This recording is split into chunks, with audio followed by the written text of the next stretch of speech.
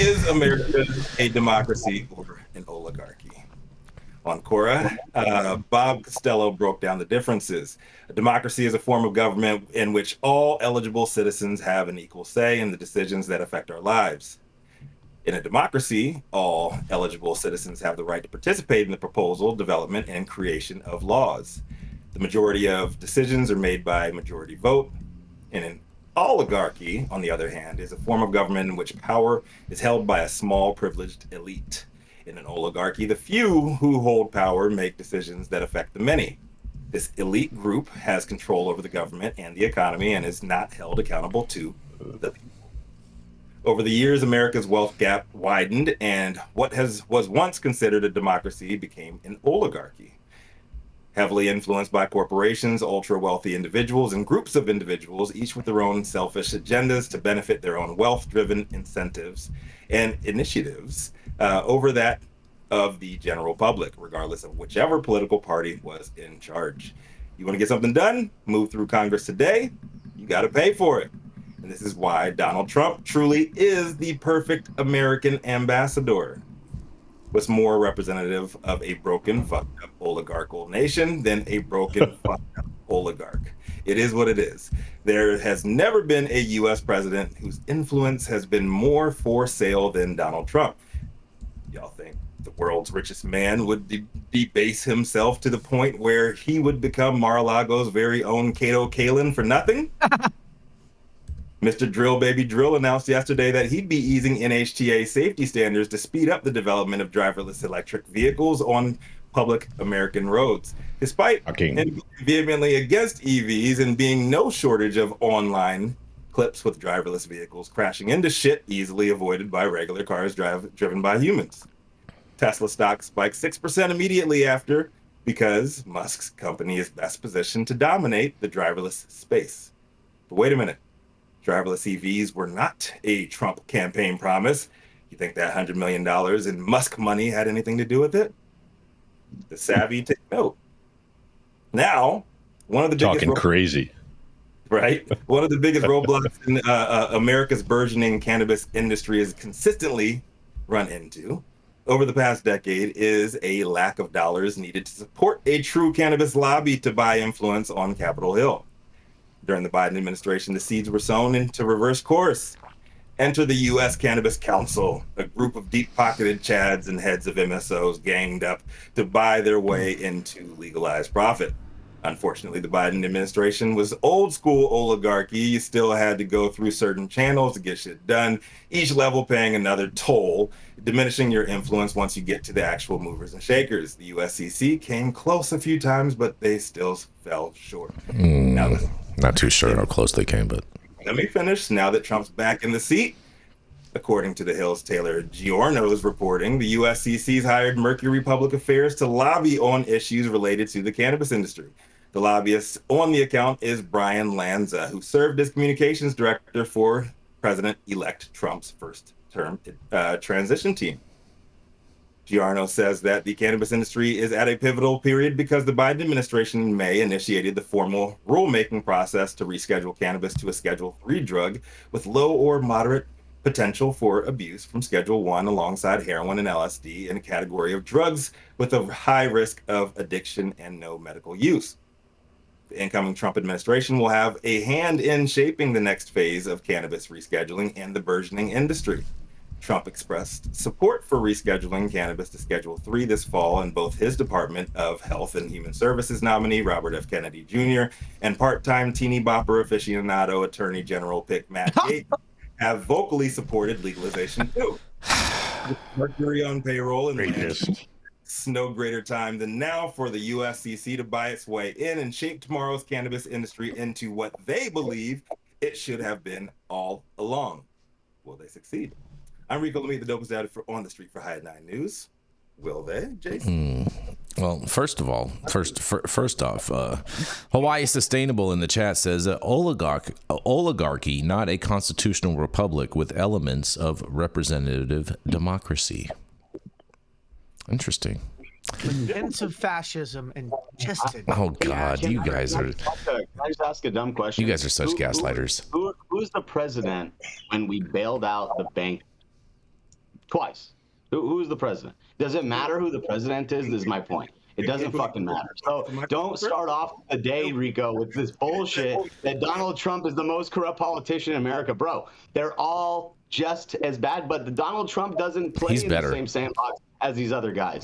Donald Trump has a different group of people that he might be kowtowing to. But look, Rico, you're not going to get on here every day and do this. Start talking about the truth, bro. Start talking about the truth.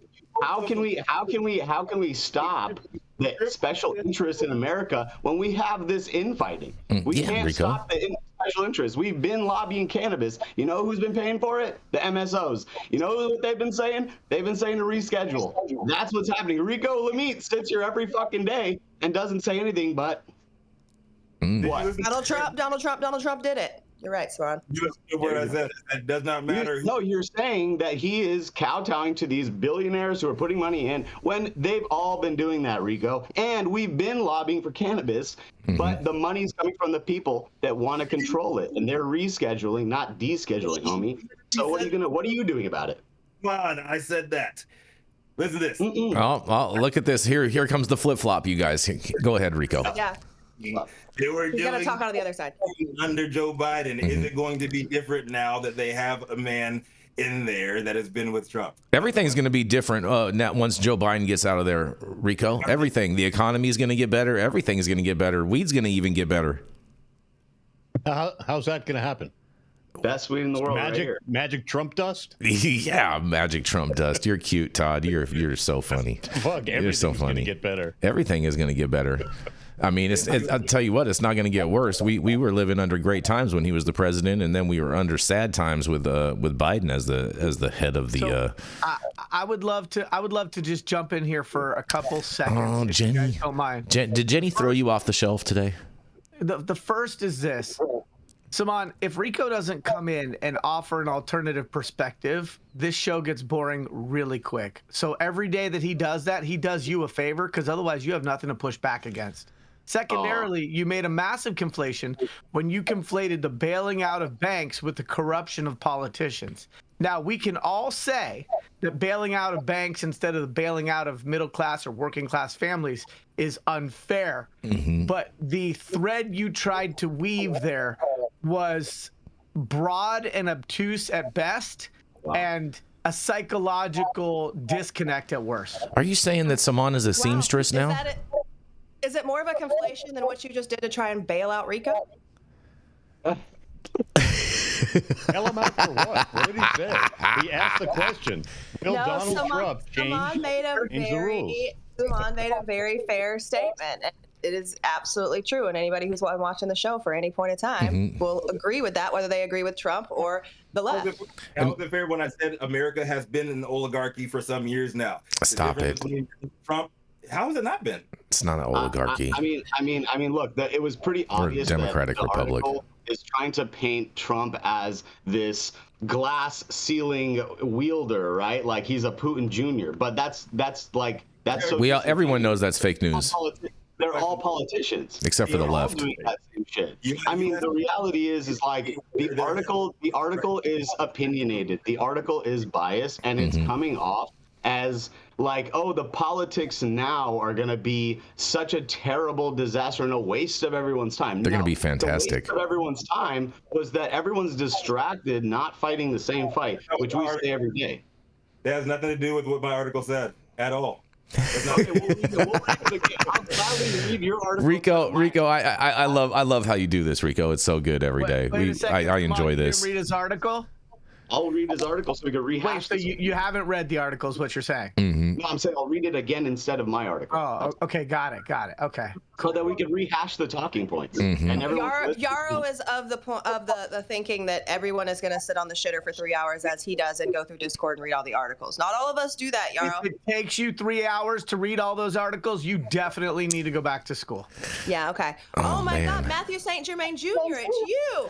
Listen, if we are doing our job reporting the news, then we should be able to gather from the reporting of said article the gist and the important bits of the article, just as the audience is giving them. If reading the article on air is not enough to give the information that is pertinent and needed, then we probably need to think about how we're reporting these articles, because I guarantee you all the folks aren't reading them before the show. Well, they can read them all because they're should. It's seven paragraphs. If it takes you 3 hours to read 5 articles, we have real problems here. Yeah, it doesn't, Yarrow, but I don't need to actually. The reason why it triggers you is because I called you out for it a couple of weeks ago when you had opinions about an article and you hadn't taken the time to read. I still don't think that you're right, okay? Because like if you're going to report to me the information, I'm sorry, I don't need to pre-plan my retorts. I'm able to come off the cuff. Right, but reading the articles would still be good prep for the show, right? You're totally right about that, Yarrow. You're so right about that. Jason, you read your shit for the first time when you read it on air. So. You have no clue what I read, Jenny Beth. Yes, I do, because that day you read the one about my lawsuit. That was that day. That was that day, Jenny Beth. That was that day. I have a text message. You said it, Jason. You can have whatever. I don't give a shit about any of that. The USCC has hired as their chief lobbyist a dude that was part of Trump's first round transition team. Are they going to be any better this round than last? The USCC, no. The USCC is not going to be any better this round. No, not buying it. Only question. And let's get real practical and pragmatic for a second. It makes sense for somebody to hire a lobbyist who already has a relationship with whoever has been recently put in power yet again. And so I don't think that that's catering to a particular partisan group so much as it's really practical. It's like, look, if Biden's in office, I'm going to figure out who knows him and hire them. And if Trump is in office, I'm going to figure out who knows him and hire him. I'm not saying that's right or wrong. I'm saying that's very practical in terms of getting the ear of the people in the position of power at that time. So let me just say this about USCC real quick before we move on. So when USCC first started, it was supposed to bring all of the trade organizations together under one umbrella. That was the purpose of it. And the trade organization that I founded, the GACC, was supposed to be in charge of all of the policy in regards with USCC. Then once the merger happened, then they totally switched it up. All the people from Colorado, like the Vicente Cedarbergs and all of those type of groups, were like, hold on. GACC cannot be in charge of the policy, and they totally ousted it out from underneath us. And it's because they all want to still basically lobby for things like the states' rights bill and whatnot, and want to hamper down markets on state lines so they can keep prices artificially high and not allow interstate commerce or home grow and things like that. So it's nothing more than a big MSO play trying to cannibalize the market space. And no, they will not be successful in that. So Brian Lanza he's not going to help them in any way, you don't think? He may help them, but it doesn't mean that he's not there. He's not going to be their white knight. I mean, the benefit is that it's not the same lobbyist in there, but those guys are still there. To say that those guys aren't still on the payroll of the Curaleafs and stuff is totally wrong. They absolutely are. Mm-hmm. But what is the general policy of the Trump administration on cannabis? That's the question. Well, that's going to come for the Attorney General, and that's going to be in my next story. And on that, we're going to roll into a commercial, and we're going to be right back.